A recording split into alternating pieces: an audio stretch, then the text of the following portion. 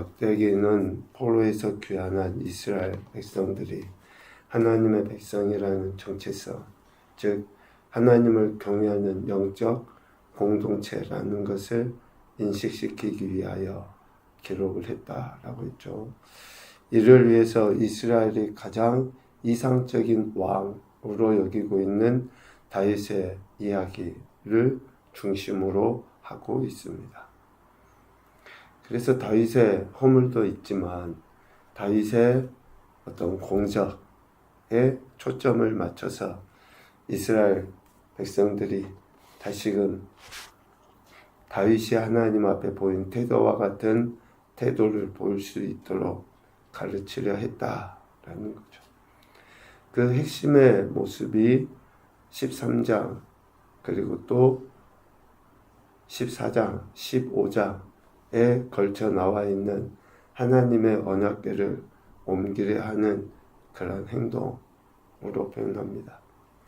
13장에 하나님의 언약궤를 옮기려다가 실패하죠. 그리고 오늘 14장에 블레셋과의 전투에서 이긴 내용이 기록돼요.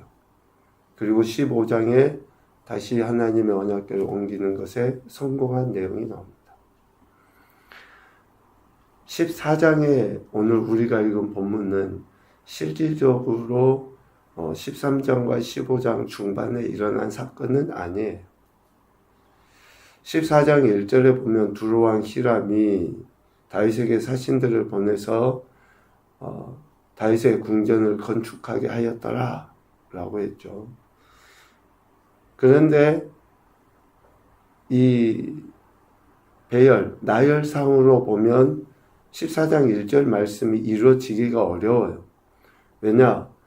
13장 14절 말씀에 보면 하나님의 궤가 오베데돔의 집에 석 달 있었거든요. 그러니까 이 석 달 동안에 이러한 다윗의 궁전을 건축하는 일은 불가능하죠. 그런데 굳이 1차 하나님의 언약궤를 옮기려다가 실패한 중간에 이 이야기를, 즉 블레셋과의 전쟁에서 승리한 이야기를 기록한 것은 다윗이 하나님의 언약궤에 대한 그런 열심, 그러니까 하나님의 말씀을 듣고 하나님의 뜻대로 행하려고 하는 그런 다윗의 태도를 부각시킬 의도를 가지고 있다라고 할 수 있습니다. 그래서 다윗이 하나님께 대한 태도를 어떻게 보이고 있는가? 오늘 14장 2절 말씀에 보면 다윗이 여호와께서 자기를 이스라엘 왕으로 삼으신 줄을 깨달았으니 이는 그의 백성 이스라엘을 위하여 하고 이야기하고 있습니다. 다윗이 하나님의 언약궤에 대한 열심, 그리고 또 블레셋과의 전쟁에서 승리할 수 있었던 그 원초적인 힘이 어디에 있느냐라는 것을 오늘 14장에서 이야기하고 있다라는 거죠. 여기 2절에 보면 깨달았으니 라는 이 단어, 깨달았다 라고 하는 단어의 히브리어는 야다예요. 우리가 많이 들어본 단어죠. 단순한 지식이 아니라 경험을 통해서 깊이 알게 되었다 라는 거예요. 하나님께서 자신을 이스라엘의 왕으로 세우신 것을 분명하게 경험을 통해서 알게 되었다. 즉 하나님께서 자신을 이스라엘의 왕으로 세우신 목적을 분명히 알았다라는 거죠. 이 깨달음을 통해, 이 알을 통해 어때요? 오늘 8절 이하의 블레셋과의 전쟁에서 다윗이 하나님께 보인 태도로 드러나게 돼요.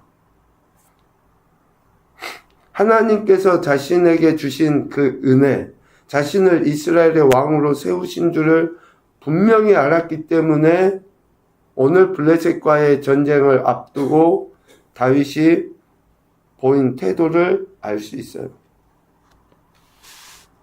다윗이 왕이 되었다라는 소식을 듣고 블레셋 사람들이 모여왔죠. 8절에 보니까 다윗을 찾으러 올라오매, 여기서 찾으러 올라왔다라고 하는 것은 다윗을 죽이기 위함이라는 거예요.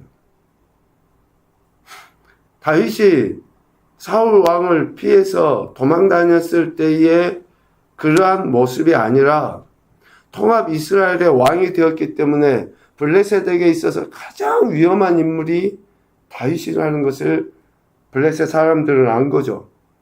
그래서 다윗을 죽이기 위하여 모든 블레셋 사람들이 지금 르바임 골짜기에 모여 있는 거예요.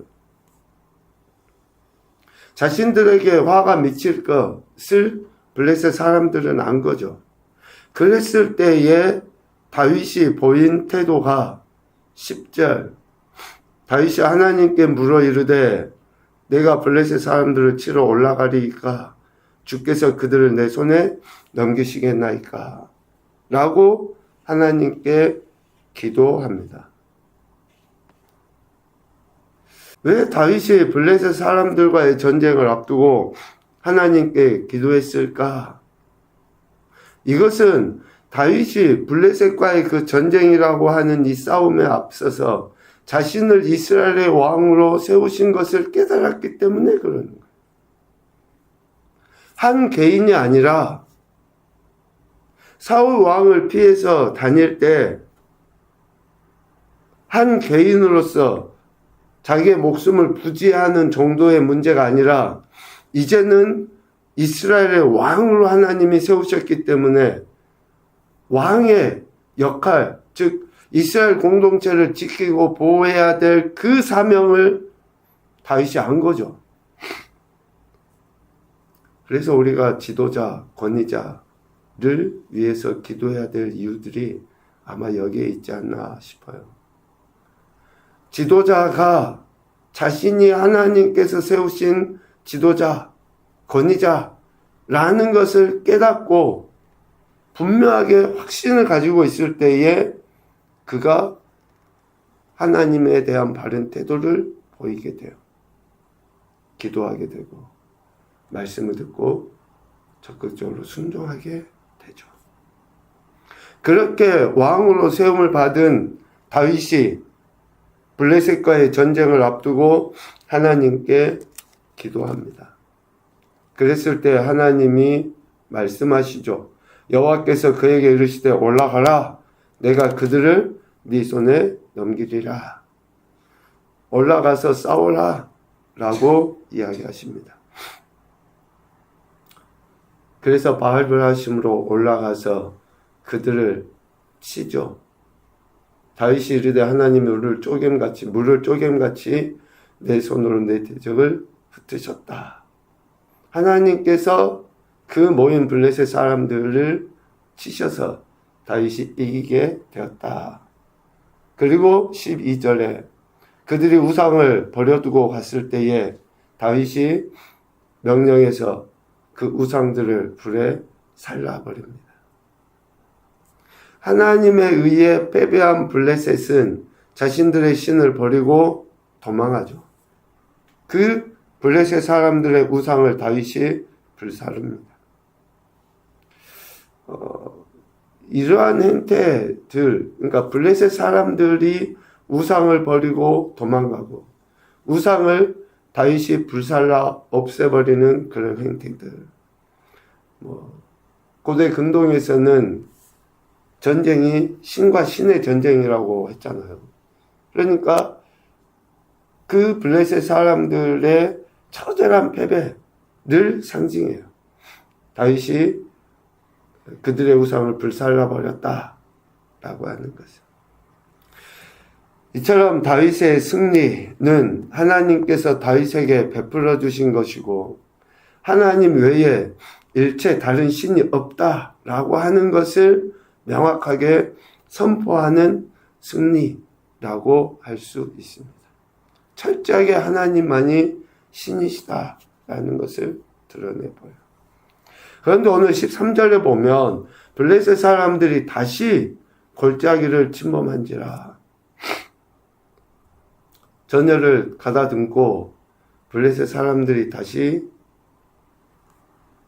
다윗과 이스라엘을 침범한 거죠. 이때 14절 다윗이 또 하나님께 묻습니다. 하나님께 묻자온데 하나님이 이번에 어떻게 말씀하십니까? 마주 올라가지 말고 그들 뒤로 돌아 뽕나무 숲을 맞은편에서 그들을 기습하라 라고 이야기해요. 엄청난 군대를 이끌고 다시 블레셋 사람들이 다윗과 이스라엘을 치기 위하여 옵니다. 그랬을 때 또 하나님께 다윗이 묻습니다. 1차 블레셋과의 전쟁에서는 하나님이 올라가라 라고 말씀하셨는데 2차 전쟁에서는 마주 올라가지 말라. 대신 그들 뒤로 돌아 뽕나무 숲을 맞은편에서 그들을 기습해라 라고 하나님이 말씀으로 응답하셔요. 구체적인 전술을 가르쳐 주신 것이다 라고 할 수 있습니다. 그러니까 우리가 다윗을 보면 참 대단하다고 하는 것이 이거예요. 다윗이 왕이 되기도 이전에 정말 많은 싸움을 싸웠잖아요. 그리고 골리앗이라고 하는 그 엄청난 거인을 물리쳐서 이겼잖아요. 그리고 가는 곳곳마다 승리해서 그 여인들이 다윗을 칭하기를 다윗은 만만이다 라고 할 정도로 엄청나게 승리를 경험한 인물이에요. 그런데 다윗이 진짜 왕이 되고 난 이후에 블레셋과의 싸움을 앞두고도 다시 어떻게 합니까? 하나님께 물어요. 자기의 경험대로 하지 않고 이전에 수없이 많은 싸움에서 이겼음에도 불구하고 또다시 하나님께 물어요. 1차 블레셋과의 싸움에서도 하나님께 묻고 승리했는데 또다시 블레셋 사람들이 골짜기를 가득 메우고 침범했을 때도 또 하나님께 물어요. 이게 그냥 단순한 게 아니라 그의 삶의 일상이었다라는 것을 알 수 있고 이러한 모습이 다윗의 위대함이라고 할 수 있는 거죠. 우리는 흔히 우리가 해본 일들은 잘 기도 안 해요. 우리가 또 잘하고 있는 일은 기도 잘 안 하고 해요. 왜? 내가 해봤고 또 많은 것도 경험해봤고 성취도 있었고 그런데 다윗은 그렇게 하지 않았다는 거예요. 하나님께 또다시 물어요. 그래서 그 가르쳐 주신 방법대로 합니다. 가르쳐 주신 그 방법대로 순종해요. 그랬을 때 16절 다윗이 하나님의 명령대로 행하여 블레셋 사람들의 군대를 쳐서 기본에서부터 게셀까지 이르렀다. 우리가 정확하게 지명의 위치는 모르지만 그만큼 넓은 영역에 블레셋 사람들을 쫓아내고 승리를 이뤘다. 라고 이야기해요. 다윗은 블레셋과의 전쟁을 앞두고 하나님께 기도했죠. 그리고 하나님께서 지시하는 방법대로 순종해서 블레셋과의 전쟁에서 승리하게 된 거예요. 이러한 다윗의 태도를 포로에서 귀환한 이스라엘 백성들에게 가르치고 싶은 거예요. 왜 이스라엘 백성이 포로로 잡혀갖고 지금 황폐되어버린 이 땅에 정말 아무 소망 없이 돌아왔는가? 지금 이스라엘의 이러한 처지는 하나님께 기도하지 않는 것의 결과물이고 포로로 잡혀가고 폐허가 되어버린 것의 원인은 하나님께 묻지 않는 것의 결과라는 것을 가르쳐 주는 거예요. 우리는 이런 말씀들을 통해서 교훈을 받고 또 때로는 반면교사로 삼아야죠. 지금 왜 내 상황에 이런 문제가 생겼는가? 내가 하나님의 말씀대로 행하지 아니한 것, 또 하나님이 주신 은혜를 망각하고 한번 경험한 것이 마치 전부인 것처럼 그렇게 착각하고 살아가는 것 때문에 지금 내 삶에 이런 문제는 없는지. 다윗은 왕이었음에도 불구하고 한번 큰 승리를 경험했음에도 불구하고 또다시 하나님께 물어요. 또다시 하나님의 지혜를 구합니다. 오늘 우리는 어떻고 있는가? 정말 우리의 신앙을 다시금 점검해야죠. 기도하고 그 말씀에 순종하는. 얼른 15절 말씀만 다시 한번 봐보십시오. 14절, 15절 하나님 응답하신 말씀 보세요. 아미 이전에도 올라가서 치고 금세 승리했는데, 창피하게 무슨 기습 공격을 합니까? 아니, 가서 이렇게 소위 표현 맞짱 떠도 이길 수 있는데, 창피하게 무슨. 하나님의 말씀을 우리 생각으로 가두는 것이 아니라 하나님이 하라고 하는 대로 하는 것이 믿음이에요. 이전에 아무리 내가 싸워서 이겼어도 하나님이 다시 그렇게 하라고 하시는 것에 순종하는 거예요. 순종하는 거. 다윗이 보인 태도. 이것을 이스라엘에게 가르치려 한 것이죠. 첫 번째 교훈입니다. 하나님의 택함을 받은 백성의 자세는 말씀에 대한 순종이다. 아무리 강조해도 지나치지 않아요. 하나님의 백성됨을 드러내는 것은 말씀에 대한 순종으로 드러내버려요. 제사할 수 있어요. 예배할 수 있어요. 기도도 할 수 있어요. 기도 아무리 했는데 하나님이 말씀하셨어요. 그런데 순종 안 해. 그럼 무슨 의미가 있어요? 기도 백날 하면 뭐합니까? 하나님 말씀하시는데 순종 안 하는 거죠. 다윗의 진정한 승리는 말씀의 순종에 의한 열매예요. 그래서 우리가 기도 많이 하는 거 중요합니다. 그런데 그만큼 순종하는 것은 더더욱더 중요해요. 왜? 기도할 때 하나님 감동, 감화, 음성 주시는데 순종하지 않으면 무슨 의미가 있어요? 두 번째, 똑같은 상황이라 할지라도 하나님의 방법은 그 상황에 맞게 다를 수 있다. 똑같은 상황이에요. 그런데 하나님의 방법은 우리가 보기에는 똑같은 상황이지만 하나님은 다르기 때문에 다른 방법을 말씀하실 수 있어요. 그래서 매 순간 기도하는 거예요. 그리고 순종하는 것이고. 세 번째, 순종을 통해 명성을 얻고 더 큰 영광을 경험하게 된다. 순종할 때에 명성을 얻고 더 큰 하나님의 영광을 경험하게 돼요. 순종하지 않는 사람들은 맛볼 수 없어요. 감히 이 단어를 써보죠. 절대 맛볼 수 없어요. 절대.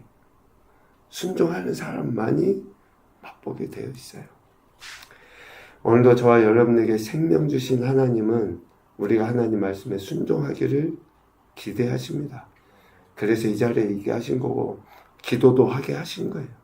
순종할 때 더 큰 영광을 경험하게 되기 때문에 그렇습니다. 오늘도 순종을 통하여 하나님의 영광도 나타내시고 더 큰 은혜를 경험하는 복된 한날 우리의 인생이 되시기를 주님의 이름으로 축복합니다. 아멘.